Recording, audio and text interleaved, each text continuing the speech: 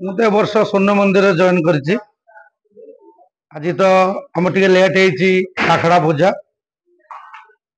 ଆଜି ଯାତ୍ରା ଜୁଏଲ ସ୍ୱର୍ଣ୍ଣ ମନ୍ଦିରରେ ଆଜି ଆଖଡ଼ା ପୂଜା ଏବଂ ଆମେ ଅଗଷ୍ଟ 11 ତାରିଖ ବା କିମ୍ବା 12 ତାରିଖରେ ଆମେ ଯାତ୍ରା କରିବା ପାଇଁ ପ୍ରସ୍ତୁତ ହେଉଛୁ। ମାସେ ଭିତରେ ଆମେ ପାର୍ଟି ନିଶ୍ଚିତ ବାହାର କରିବୁ।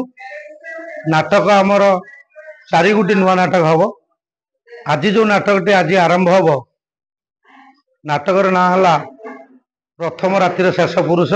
ନାଟ୍ୟକାର ମନୋଜ ପଣ୍ଡା ଏବଂ ନିର୍ଦ୍ଦେଶନା ଦେଉଛନ୍ତି ସେ ମନୋଜ ସାରେ। ସଙ୍ଗୀତ ଡ୍ୟାନ୍ସ ଅନ୍ୟମାନଙ୍କୁ କଥା ହେଇଛନ୍ତି, ସେଟା ଫାଇନାଲ ଟିକେ ହେଇନି। ଦର୍ଶକ ବନ୍ଧୁ ମାନଙ୍କୁ ବାର୍ତ୍ତା ଦେବି ଯେ ଏ ବର୍ଷ ଯୋଉ ଷ୍ଟାଫ ଆସୁଛନ୍ତି ଆମର ସିନେଷ୍ଟାର ସୁମେଶ ମହାନ୍ତି ଏବଂ ସନ୍ଦିତା ବୋଲି ଜାଣିଥିବେ ଲିସା, ବିଜୟ ପୂର୍ଣ୍ଣିମା, ଟିକି ପଣ୍ଡା, ବୈକୁଣ୍ଠ ବାସନ୍ତୀ ବାରିକ, ସୁଇଟି, ସୀମା ଆହୁରି ଅନ୍ୟ ସବୁ ଅଛନ୍ତି। ନୂଆ କରିକି ବାହାରିବୁ। କୁଲା ସିଂ ବର୍ଷର ନୂଆ। ଦୀର୍ଘ ଦିନ ମୁଁ ଥିଲି ଧଉଳି ଗଣନାଟ୍ୟରେ। ଆପଣମାନେ ସମସ୍ତେ ଜାଣିଥିବେ, ଧଉଳି କହିଲେ ବାବୁଲି ମେଞ୍ଜର, ଧଉଳି କହିଲେ ଗୌର ଦାସ। ଏ ଦି ଜଣଙ୍କୁ ଚିହ୍ନନ୍ତି। ଧଉଳି କଥା ହବା, ଚାଲ ଯିବା ବାବୁଲି ମେଞ୍ଜର ବାବୁ। କିଏ ଅଛି ନା ଗୌରବ ଅଛି।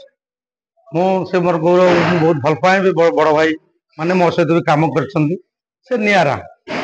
ସେ ସଂସ୍ଥା କଥା କହିହବନି। ଗତ ବର୍ଷ ଟିକେ ପ୍ରୋବ୍ଲେମ ହେଲା, ଆକ୍ସିଡେଣ୍ଟ ପରେ ପ୍ରୋବ୍ଲେମ ହେଇଛି। ଯାହା ହଉ, ଆଉ ମୁଁ ତ ଏ ବର୍ଷ ସେ ସଂସ୍ଥା ଛାଡ଼ିଲି।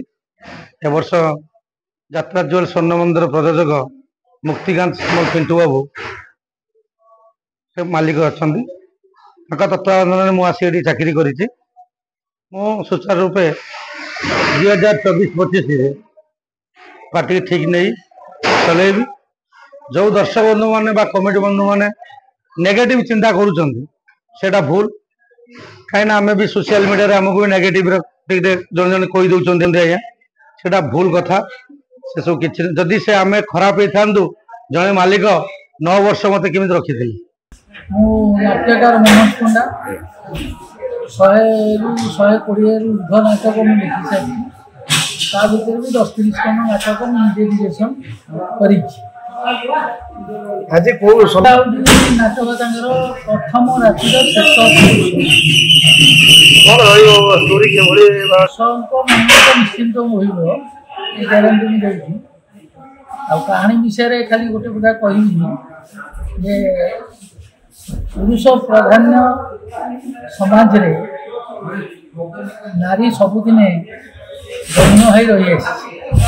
ନାରୀ ସବୁବେଳେ ନିର୍ଯାତିତା, ନିଷ୍ପେଷିତା। ତ କିନ୍ତୁ ଆମେ ଭୁଲି ଯାଉଛେ, ଯେଉଁ ନାରୀ ମମତାମୟୀ ଜନନୀ ହେଇପାରେ, ସେ ପୁଣି ସଂହାରକାରିଣୀ ହେଇପାରେ। ସେ ବି ପ୍ରତିଶୋଧ ପରାୟଣା ବି ହେଇପାରେ। ତେଣୁ ବେସିକାଲି ଏ ଗପ ନିର୍ଭର କରୁଛି ପୁରୁଷ ଅତ୍ୟାଚାରରେ ଅତିଷ୍ଠ ହୋଇ ଜଣେ ନାରୀ କେମିତି ତା ପ୍ରତିଶୋଧର ଜାଲ ବିଛେଇଛି ଏବଂ ଶେଷରେ ସେ ପୁରୁଷ ଜଣକ ସେ ଜାଲରେ ଛଟପଟ ହେଉଛି ଏବଂ ସ୍ୱୀକାର କରୁଛି, ପରାଜୟ ସ୍ୱୀକାର କରୁଛି ସେ ନାରୀ କାହାଣୀ ସମାନ। ତଥାପି ମୋ ନାଟକ ଆଜି ଫ୍ଲପ୍ ହେଇନି। ହୁଏତ 5 ରାତି ନ ଚାଲିପାରେ, ରାତିରେ 2 ରାତି ଭଲ ଚାଲିଛି।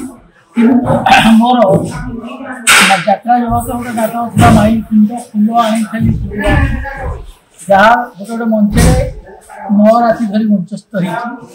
ସିନ୍ଦୁର ହଜିଲା ତିତିଲି ପାଇଁ, ଓଡ଼ିଶା ଅପେରାର ମୋ ବୋହୂ ପଡ଼ିବ ଲକ୍ଷ୍ମୀ ପୁରାଣ, କୋଣାର୍କ ଗଣନାଟ୍ୟର ତିନିମଲ ମେଘ ବରସିବା, କଳିଙ୍ଗ ଗଣନାଟ୍ୟର ନଖିନାନୀ ପୁଅ ଭୋଗିଆ, ତାରିଣୀ ଗଣନାଟ୍ୟର ଝୁମକା ହଜିଲା ଝାଉମଲା।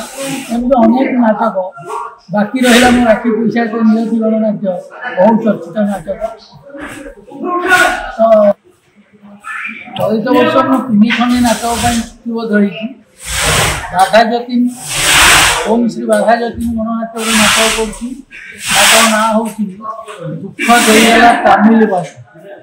कोणार्क गणनाट्य गोटे नाटक मुझे करुँची आप देखिए यूट्यूब रे बहुत भाइराल होती नाटा वैशाली पंडा को फाँसी दियो स्वर्ण मंदिर प्रथम रातिर शेष पुरुष कारण यात्रा छड़ा सिनेमा देखे आप जानते समाज चलचित्र देखी सीरियल भाई भाउज काचकंडई गायत्री अनेक सीरियल भी लिखी।